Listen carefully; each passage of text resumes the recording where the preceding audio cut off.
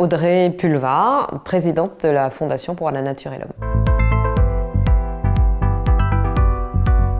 Je vous dis Emmanuel Macron en cours de conversion, parce que évidemment le président, quand il était candidat, n'était pas le candidat le plus écolo-compatible de la campagne, mais manifestement il est en cours de conversion, et je pense qu'on doit beaucoup de cette conversion à sa fréquentation quotidienne de Nicolas Hulot.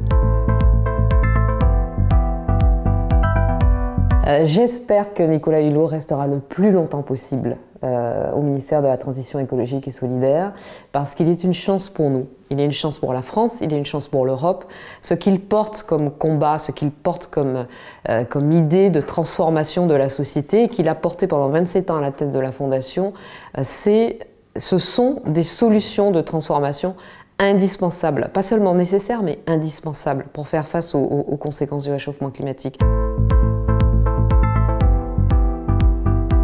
Ce que l'on retient essentiellement, c'est le côté obscur de la force, c'est l'aveuglement de l'Union européenne face aux dangers représentés par les glyphosates, et surtout son aveuglement face à la demande massive au sein des populations européennes d'un changement sur les questions de politique agricole commune, d'un changement en matière d'alimentation, de circuits alimentaires et de production agricole, de la façon dont les aliments que nous mangeons, qui se retrouvent dans nos assiettes, est produite.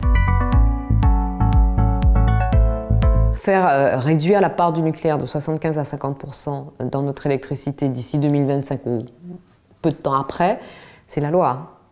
C'est la loi. C'est la loi de transition énergétique qui a été votée et adoptée à l'unanimité. Donc bon, essayons au moins de respecter la loi, ce serait déjà un bon début.